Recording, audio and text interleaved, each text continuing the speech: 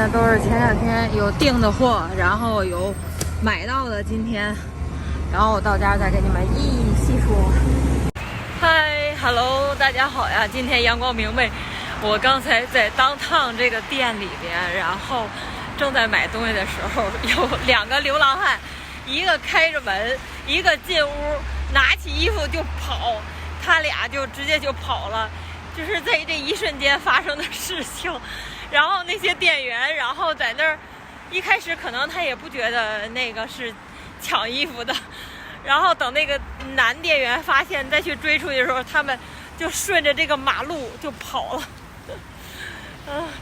就是在downtown这块流浪汉特别的多。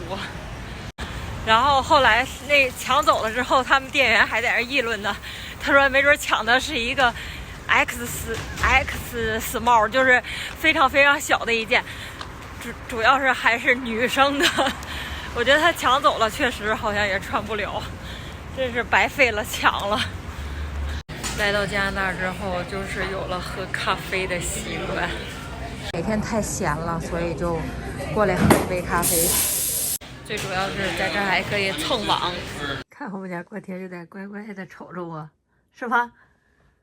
嗯。